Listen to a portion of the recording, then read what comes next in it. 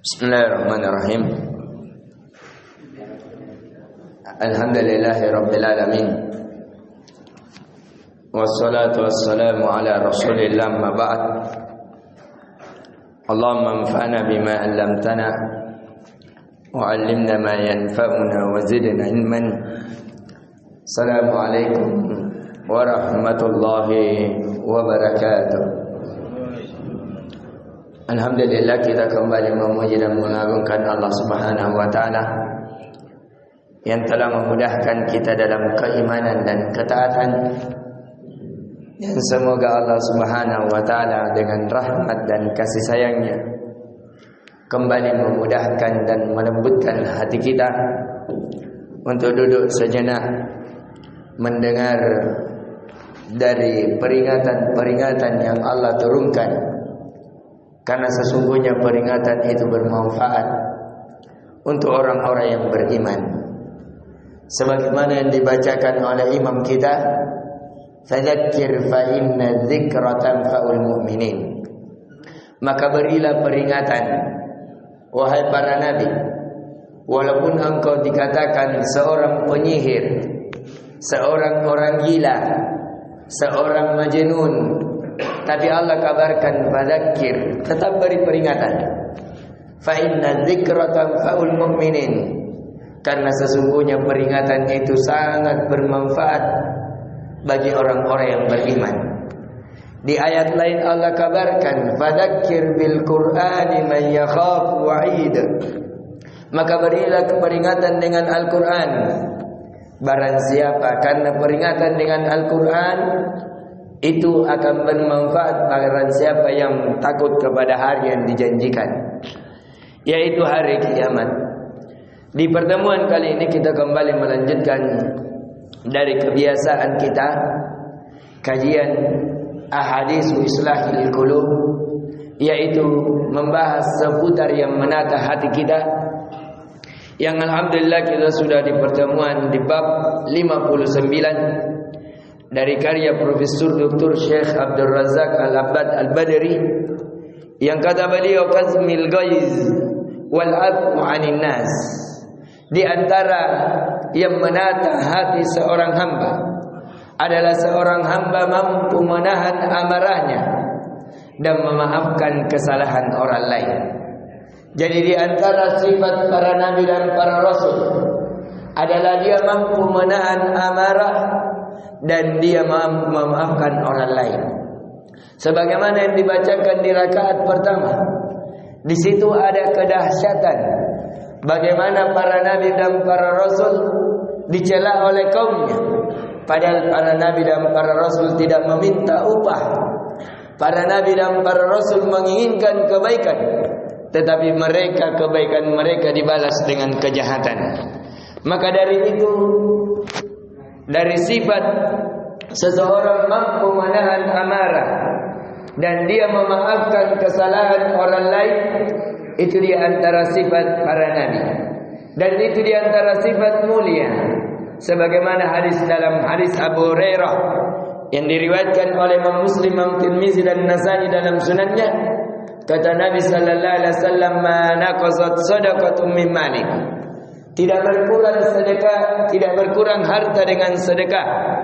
Wa ma zadallahu 'abdan bi afwin illa izzan. Dan tidaklah atas seorang hamba bertambah kasih maafnya kepada seorang hamba kecuali Allah akan menambahkan kepadanya kemuliaan. Wa ma tawadda'a ahadun lillahi illa rafa Allah.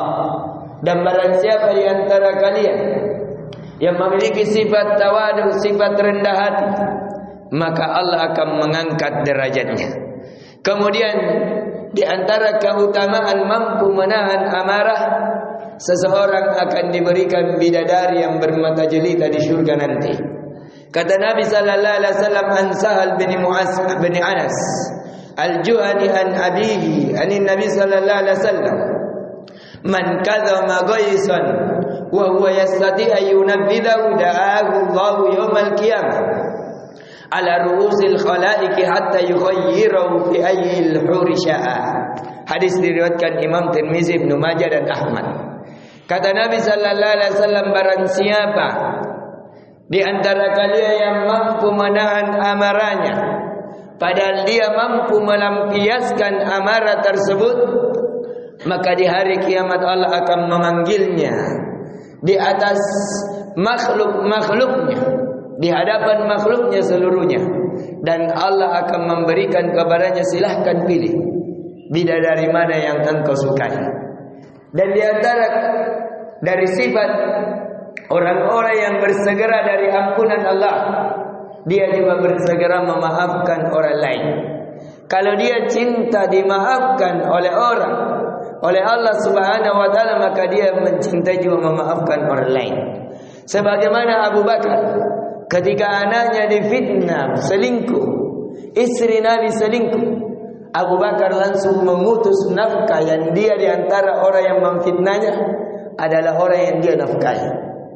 Maka pada saat itu Allah memerintahkan untuk dia memaafkannya agar Allah memaafkannya juga. Dan ini diperintahkan oleh Allah dalam surah Al-Baqarah, wasari'u ila magfiratin min rabbikum wa jannah. Bersegeralah kalian kepada ampunan dari Tuhan kalian dan surga Allah. Wa jannatin arduhas samawati wal ardu iddat lil muttaqin. Yang surga tersebut luasnya seluas 7 lapis langit dan bumi, yang dipersiapkan untuk orang-orang yang bertakwa. Apa sifatnya? Alladzina yunfikuna bis-sarra'i wad-dharra, yaitu orang-orang yang berinfak di jalan Allah dalam keadaan lapang maupun dalam keadaan sempit. Wal kadziminal ghaidh, dan orang-orang yang mampu menahan amarahnya. Wal afina 'anil nas, dan senantiasa memaafkan kesalahan orang lain. Wallahu yuhibbul muhsinin, dan sesungguhnya Allah mencintai orang-orang yang berbuat baik. Di antara sifat baik adalah seseorang menahan amarah, dan yang kedua adalah memaafkan orang lain. Inti pelajaran yang bisa kita petik di subuh kali ini, bahwasanya menahan amarah dan memaafkan orang lain adalah sifat para nabi dan para rasul. Menahan amarah dan memaafkan orang lain akan mendatangkan cinta Allah kepada seorang hamba, akan mendatangkan cinta manusia kepada seorang hamba, dan akan mendatangkan ampunan Allah, karena al-jaza min jinsil amal. Balasan akan dibalas sesuai kadar amanah. Siapa yang menahan amarahnya kepada makhluk, maka pencipta makhluk juga menahan amarahnya terhadap dirinya. Siapa yang memaafkan orang lain, memaafkan makhluk, maka pencipta makhluk akan memaafkannya.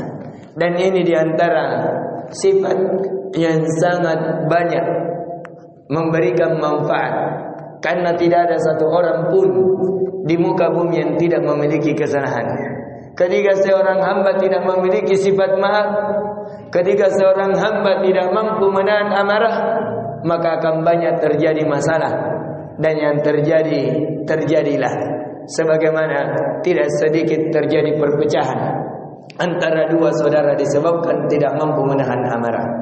Tidak sedikit terjadi pembunuhan, pencontrengan kehormatan disebabkan seseorang tidak mampu untuk sejenak menahan amarahnya dan memaafkan kesalahan saudaranya. Ini yang bisa kita berikan, semoga memberikan peringatan.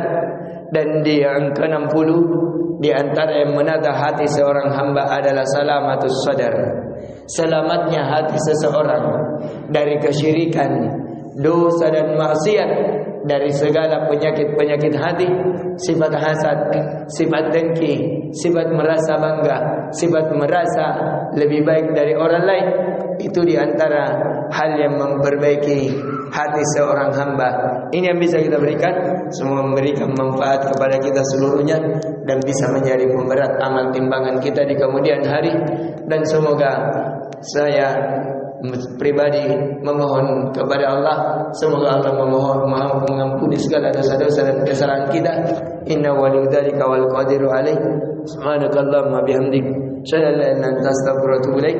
Assalamualaikum warahmatullahi wabarakatuh.